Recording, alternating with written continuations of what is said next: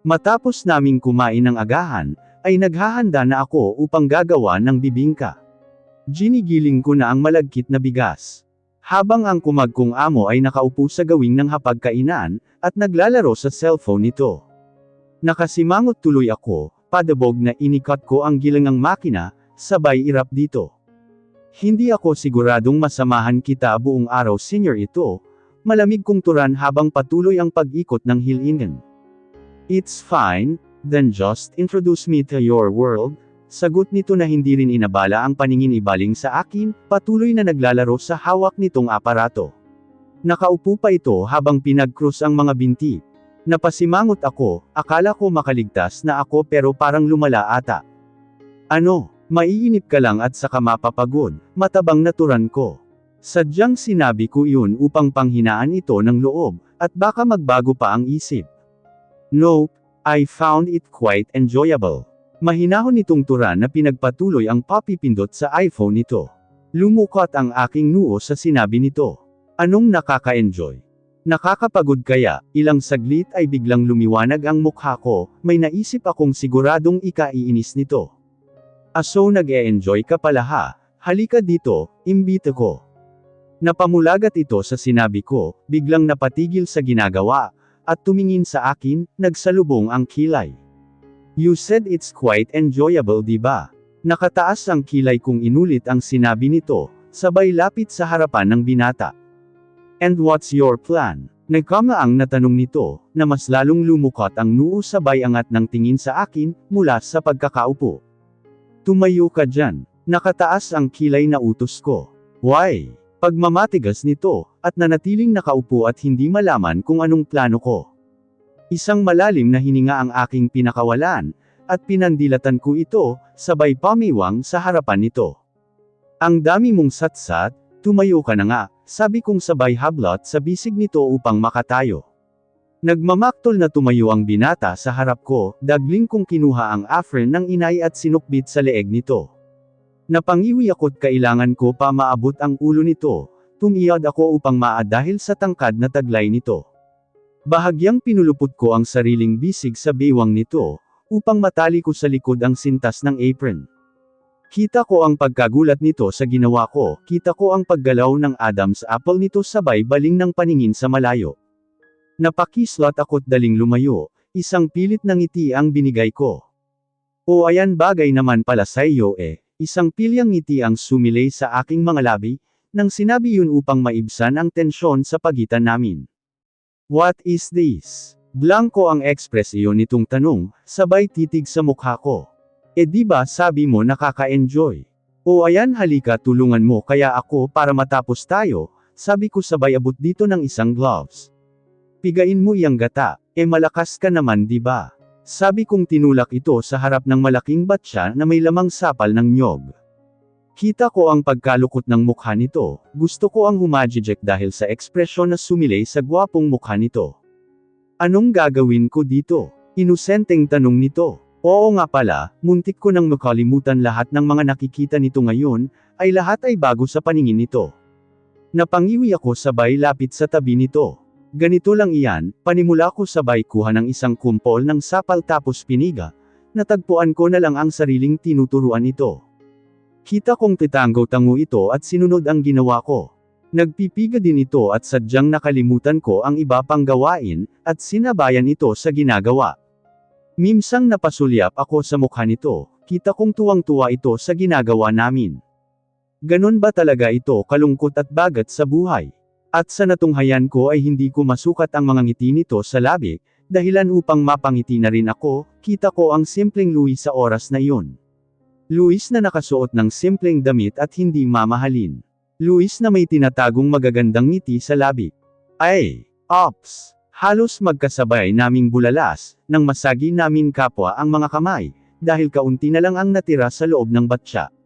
Napalunok at napatitig ako sa mukha nito, at pati rin ito ay napatitig sa akin.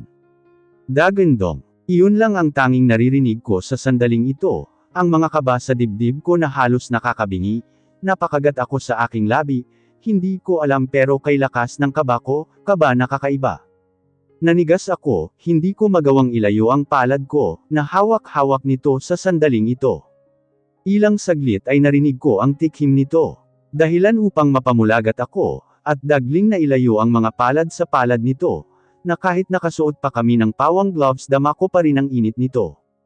Ano ba mali at kung ano-ano na iyang sumagi sa utak mo, saway ko sa sarili at dagling lumayo, tarantang hinarap ko ang hilingan.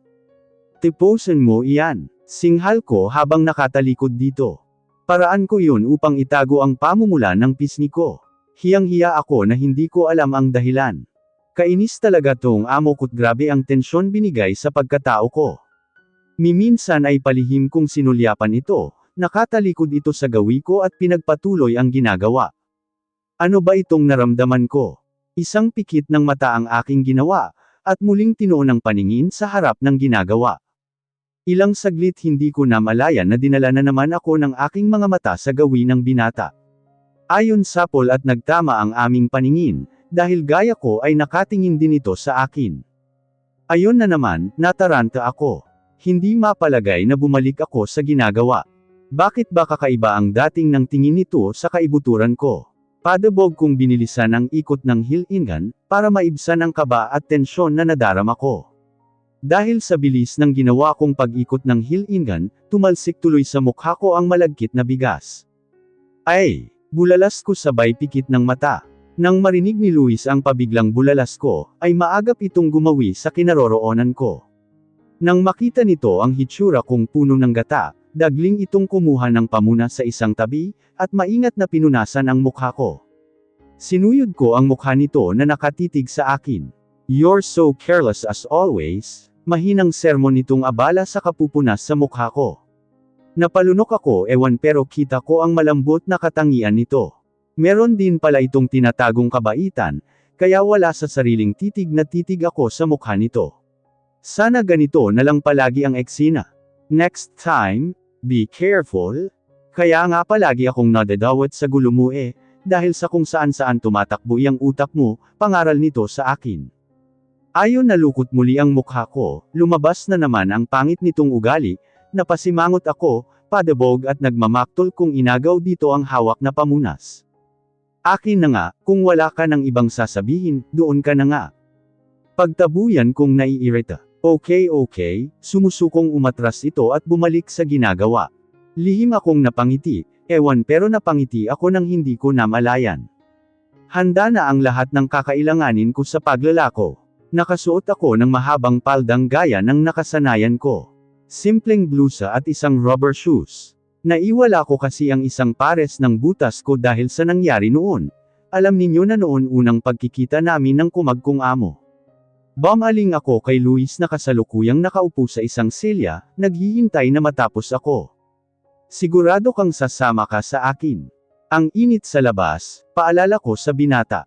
Yup, and I am sure with it. 100% sure, sabi nitong dagling tumayo na animoy sasabak sa isang kompetisyon. Sige basta huwag kang magreklamo at humawak ka lang sa tabi ko, babala ko dito. Yes ma'am, sabi nito na nakasalot pa sa akin, napangiti tuloy ako rito. Ano ba yan kainis, guwapo naman.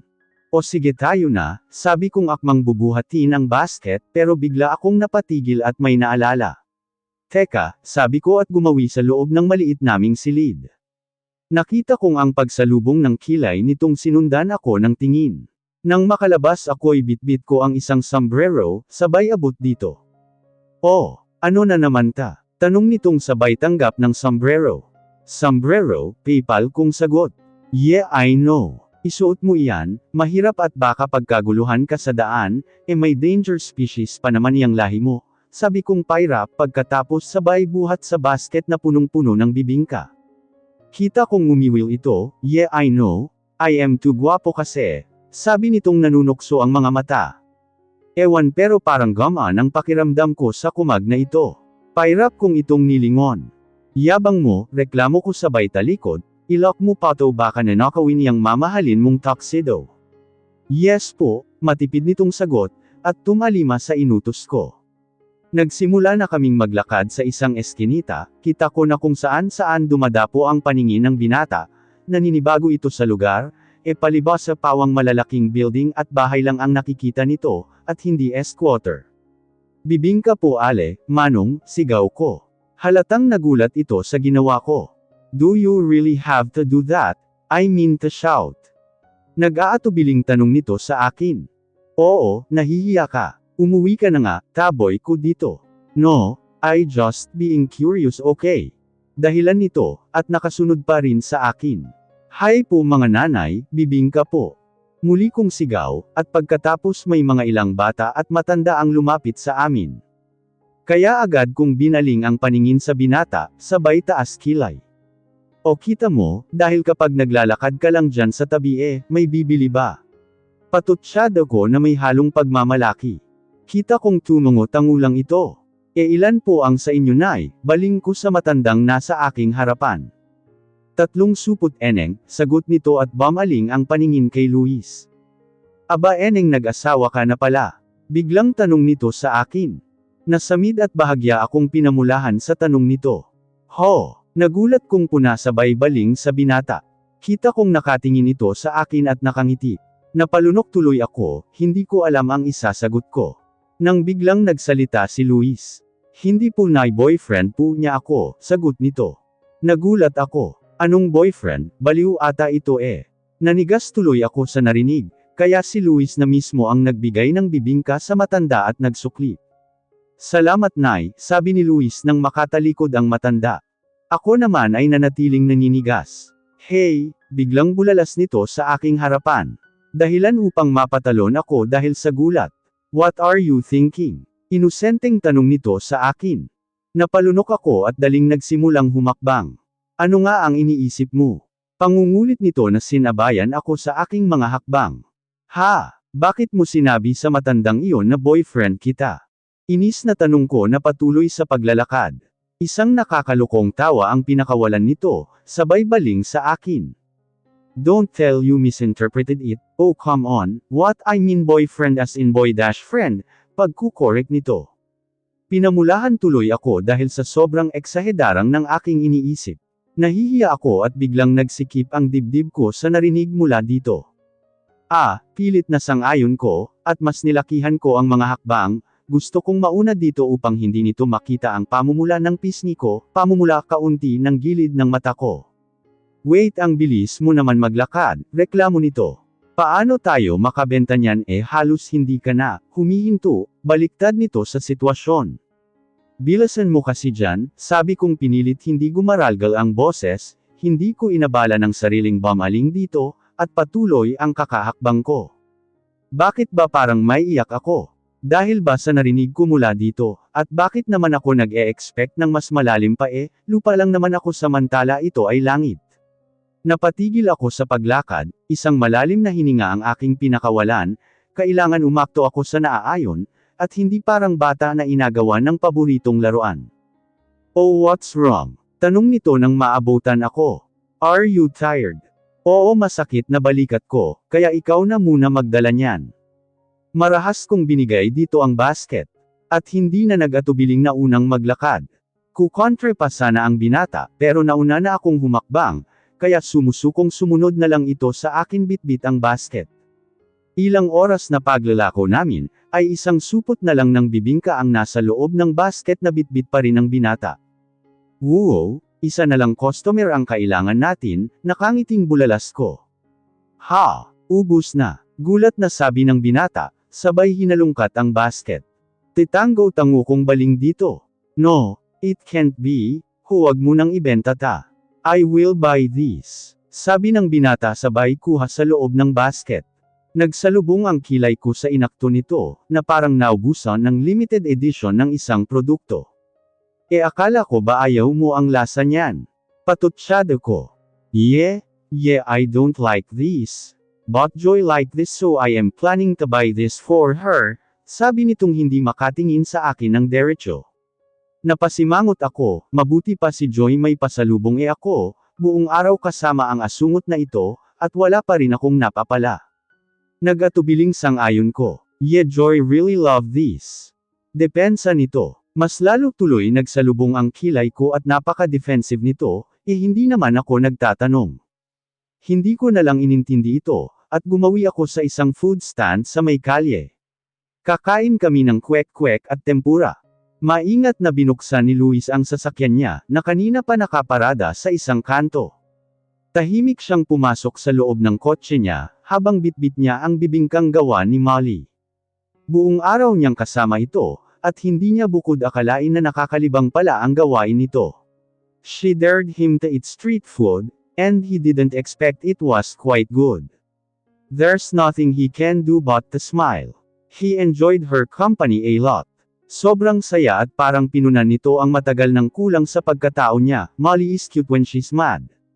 At mas lalong lumapad ang ngiti sa labi ng binata, dahil hindi niya makalimutan ang mainit na pagtanggap ng ina nito sa kanya. She treated him as her own son, hindi gaya ng tunay niyang ina na halos walang oras para sa kanya. Napangiti siya na parang baliw, at sadyang nakalimutan si Draken na kanina pa nakamasid sa kanya. Masaya siya, masayang masaya. He wants to experience it again and again. Senior ito, biglang tawag ni Draken sa kanya. Oh God Draken, are you planning to finish me? Bulalas niya dahil sa gulat na halos mabitawan ang bitbit niyang bibingka, sabay baling kay Draken na nasa driver's seat. Lihim na napangiti si Draken sa reaksyon ng amo niya. Tumikin si Luis bago muling nagsalita. Draken, opo senior ito. What do you think Molly for me? Mina just never mind, let's go. Isang pilyong ngiti ang sumilay sa labi ni Draken.